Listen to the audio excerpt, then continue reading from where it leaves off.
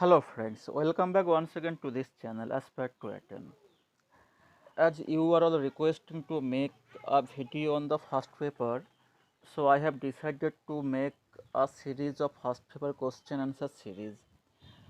And in this series I will discuss all the questions year by year, and I will also make separate videos for any topic related to the first paper.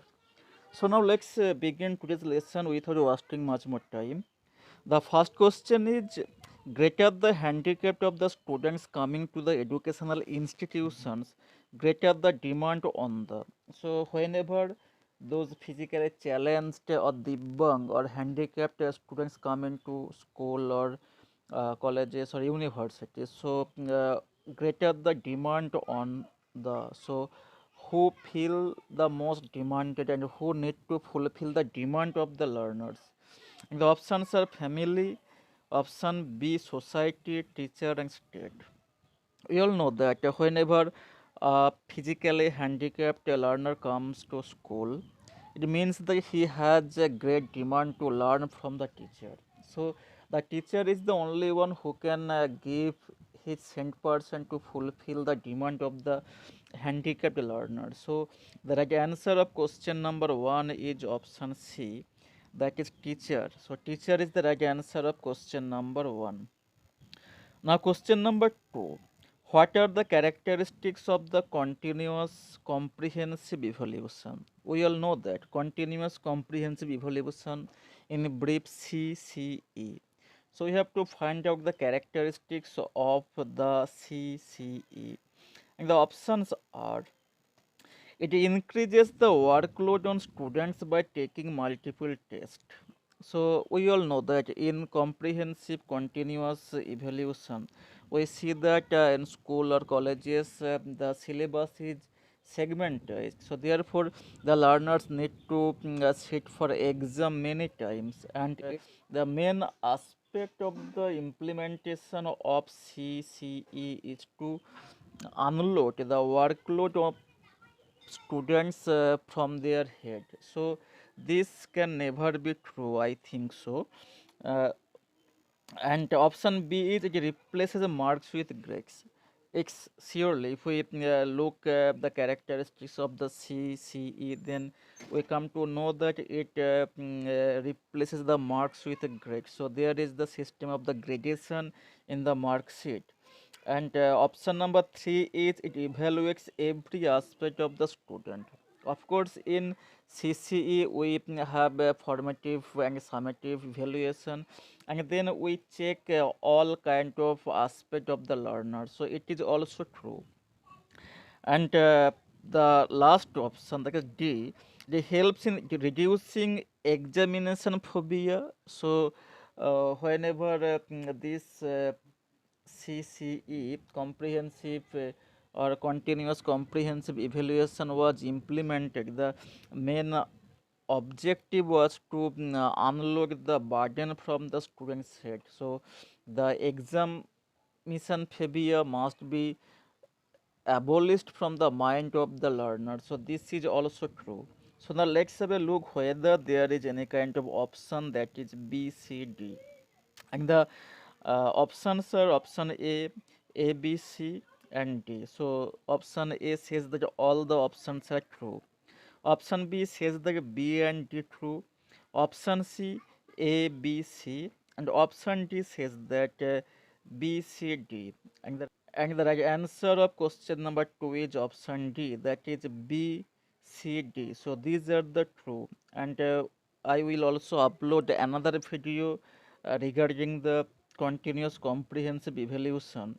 So just watch this video. Now here comes question number 3. Which of the following attributes denote greater strength of a teacher? So the teacher who teaches in a school, and what is his great strength? We have to mention here from the options given below. And the options are full-time active involvement in the institutional management. This is the option 1. Option B says the setting example. Option C, willingness to put assumptions to the test. And option D, acknowledging mistakes. So, greater strength. We all know that a teacher is, of course, involved in the teaching process, but he may not always or he is not necessarily be involved in the institutional management. So, in this respect, we may avoid the option 1. Now check the another option, that is option B, setting example. Surely a teacher plays the role of an example because the teacher in a school or colleges are the ideals where the learners follow them. So in this respect, we can say that surely B can be a greater strength of a teacher. Willingness to put assumptions to the test. We all know that a teacher can take any kind of challenges to test or to teach the learners. So in this respect, option C is also acceptable. But option D, let's check it. Acknowledging mistake. It is also true because a teacher, we can never say that teacher is always true. Sometimes he may make some mistakes. So therefore, whenever a teacher is making mistake, he needs to acknowledge his fault or his mistake. So it is also a strength because if a teacher acknowledges his strength, it does not demean it does not demean him, rather it increases his dignity. So now let's check the options, and the options are option A says that A, B and D is true. Option B says that B, C and D is true, and option C says that A, C and D is true, and option D says that A, B, C, D all true. So the right answer of question number 3, that is question number 3 is option B, that is B, C and D. So setting example is a strength of a teacher. Willingness to put assumption to the test, it is also a strength of a teacher. And acknowledging mistake, it is also a strength of a teacher. I hope that you are enjoying this video. If you like this video, subscribe and share this. And whenever I will upload a new videos, you can get a notification of new video. So please don't forget to subscribe this channel and share this channel with your friends. Now here comes question number 4. Which one of the following statement is correct in the context of multiple type questions? And the options are, they are more objective than true false type questions, they are less objective than essay type question, they are more subjective than a short answer type question, they are more subjective than true false type question. We all know that a short type question or multiple choice type question are most often objective, and so therefore the right answer of question number 4 is option A, that is they are more objective than true false type question. Now question 5, as chairman of an independent commission on education, Jacques Delors reports to UNESCO was titled. So Jacques Delors is the name of a famous person, and in fact he was the chairman of an educational committee, and he gave a report to UNESCO. And what is the title of that report? And the options are International Commission on Education Report, Millennium Development Report, Learning the Treasure Within. It is also option C, and option D, the World Declaration on Education. And the right answer of question number 5 is option C, that is Learning the Treasure Within. In fact, it has 4 pillars. In 1991, Jacques Delors gave his report to UNESCO, and from then on, this report came to be known as Delors report. And the title was Learning the Treasure Within. It has 4 pillars, that is to be, to know, to do, and to live together. So this is the main pillar, and it says that education must be given to all. And the other options are Millennium Development Report at the very beginning of the millennia, that is 2000. The giant figures or the political leaders of our world came together to form a report on the change and development of entire world. So this report is named as Millennium Development Report. I have also another video on Millennium Development Report. Just click on the I button and look into the Millennium Development Report, what has been given there. International Commission on Education report, this is also another report which says that education should be given to all and all should have get benefit from education. And this report was given to UNESCO from 1993 to 1996, and World Declaration on Education for All. It is a educational report which was published in 1990, and it says that education for all. And his slogan was, and its slogan, was every person, child, youth, and adult shall be able to benefit from educational opportunities designed to meet their basic learning needs. So this is the motto, this is the main slogan of World Declaration on Education for All. Now question number 6. What are required for good teaching? And the options are diagnosis, remedy, direction, feedback. Uh, to be a good teacher, you must have the quality, that is diagnosis. You must have to learn what is the problem of learning, what is the problem of teaching. Remedy, whenever a learner is lagging behind, you must have to produce a way to help that lagging behind learner. So you need to learn about the remedy process. Direction, you need to dictate, you need to give your direction to the learners.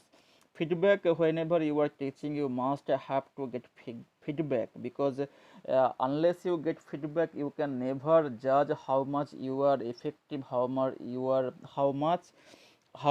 are fruitful.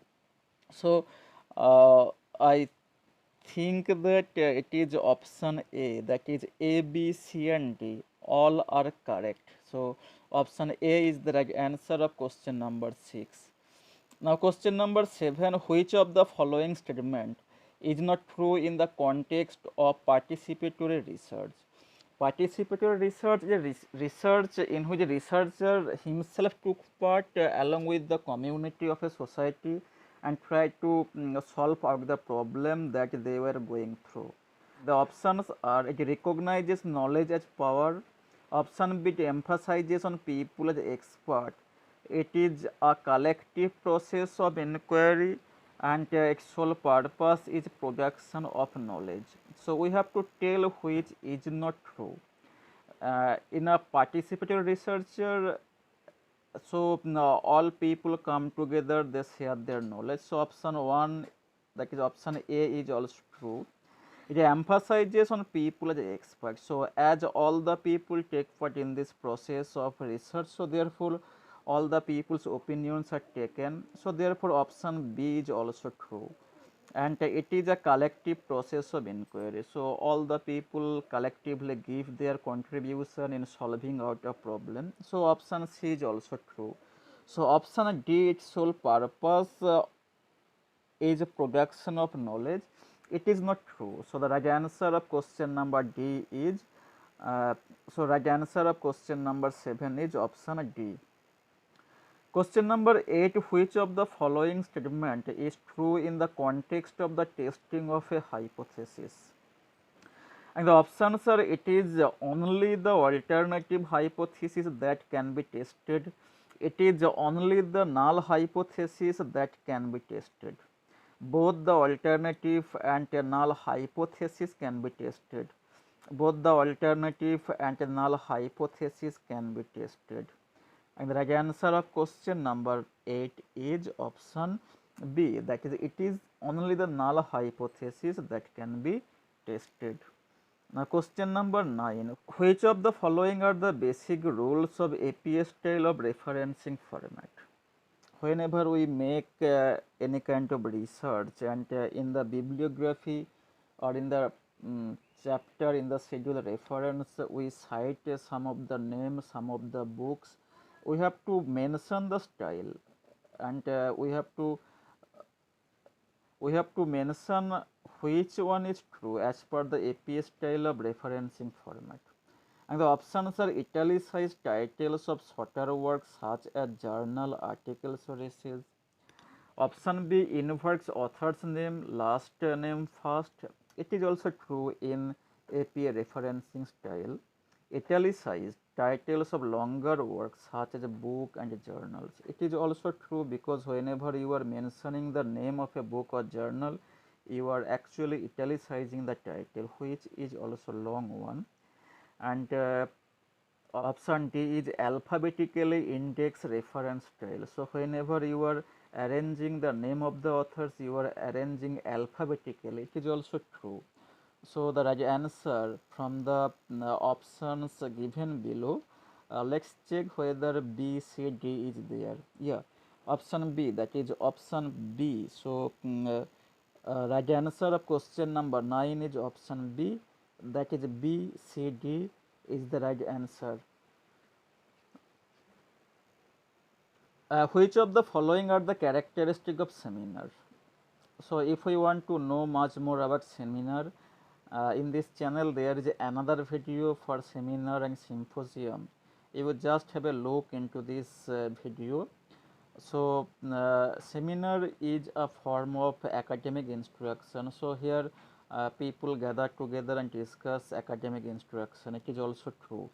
It involves questioning, discussion and debates. It is also true because there appear some questions they discuss and they debate which one is true and which was is wrong. And option C says that it involves a large group of individuals. So it is not necessary that all individual people in a group join in a seminar and they must be in a large quantity. So this is not true. It needs involvement of skilled person. Surely in a seminar we see the involvement of skilled person. So A, B and D is the right answer. So so A, B and D is the right answer. So now let's have a look into the options whether there is A, B and D. Yes, option D, that is A, B, D. So option D is the right answer of question number 10. Now question number 11. A researcher is interested in studying the prospect of a particular political party in an urban area. What tools should he prefer for the study? Rating scale, interview, questionnaire, schedule. Rating scale is nothing but the yardstick by which we judge, by which we evaluate. So whenever you are uh, making your research on a political party, you must not use this rating scale. Interview, you can take interview all the people, all the political supporters. So this is not to be a useful tool for a researcher. Questionnaire can be quite easy one, because if you prepare questionnaire and give this questionnaire to large sum of people and ask them to give their answer as per the question, so it will take a short time and it will help you to adjudge the motive of the political party. So option C, questionnaire, is right answer of question number 11. Now question number 12. Ethical norms in research do not involve guidelines for. So ethical norms, so you all know that we can't merely copy others writings, because there is some copyright process, there is some ethics. So we need to find out from the options given below which do not involve in ethical norms. Thesis format, it is a mere style of writing a format, so it does not come into the ethical norms.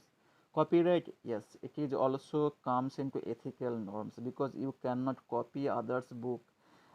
Patenting policy, yes, it is also an ethical norm because if you make a patent of your research work, then this research work can never be uh, copied by others.